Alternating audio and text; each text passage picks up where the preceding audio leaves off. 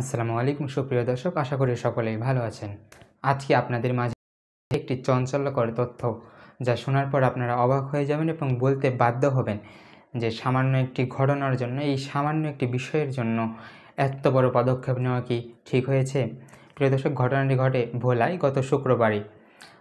জামাই যার বিয়ে হয়েছিল গত ১ বছর আগে, এবং ১ বছর পর গত শুক্রবারে জামাই এবং তার যে জামাইয়ের সাথে যে বরযাত্রীগুলো যায়, তারা গিয়েছিল কন্যাকে আনতে এবং এক প্রকার অনুষ্ঠানের মাধ্যমেই। এবং সেখানে যাওয়ার পর তারা নিয়ে যায়, তাদের সাথে করে নিয়ে যায় বিভিন্ন প্রসাধনী এবং শাড়ি, এবং ওই শাড়িটিকে কেন্দ্র করেই কিন্তু এত সব ঘটনা, এবং ওই শাড়িটিকে কেন্দ্র করেই আজকে এই পরিস্থিতির শিকার হয়েছেন তারা।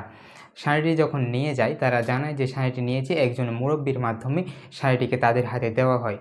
এবং তাদের হাতে যখন যায়, তখন তারা শাড়ি দেখে ওই কনেপক্ষের ওই শাড়িটি পছন্দ হয় না। যখন ওই কনেপক্ষের শাড়িটি পছন্দ হয় না, তখন ওই শাড়িটি নিয়ে এক কথা দু কথা শুরু হয়। তারা বলে যে শাড়িটি পুরাতন ছিল, এবং এদের মধ্যে এই এক কথা দু কথা হতে হতে একসময় হাতাহাতি শুরু হয়, এবং মারামারি করতে করতে এক পর্যায়ে ঘটনা একদম বিপর্যয়ে চলে যায়, এবং সেখানে চেয়ার দিয়ে ভাঙচুর করা হয়, এবং বরপক্ষের অনেককে পিটা হয়, অনেককে মারা হয়, এবং তাদেরকে এমনভাবে মারা হয়েছে যে তারা হাসপাতালে যেতে বাধ্য হয়েছে।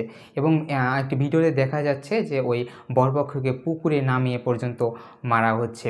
শুধু বরপক্ষকে না, বরপক্ষের ভাইও ছিল, বরের ভাই ছিল, এবং আরও বোন ছিল, তাদেরকেও মারা হয়েছে। এবং তারা ওই হাসপাতালে, এখন একটি হাসপাতালে, ওই ভোলারই একটি হাসপাতালে তারা চিকিৎসাধীন অবস্থায় আছেন, এবং তারা বিচার চেয়েছেন। এবং এই পরিস্থিতি যখন নিয়ন্ত্রণে আসছিল না, তখন ভোলারই থানার খবর পায়, এবং খবর পাওয়ার পর সেখানে তারা দ্রুত পুলিশ পাঠায়। পুলিশ এসে পরিস্থিতি নিয়ন্ত্রণ করে, এবং পুলিশ বলেছে তাদের দুই পক্ষের মধ্য থেকে কোনো অভিযোগ এখনও তারা পায়নি।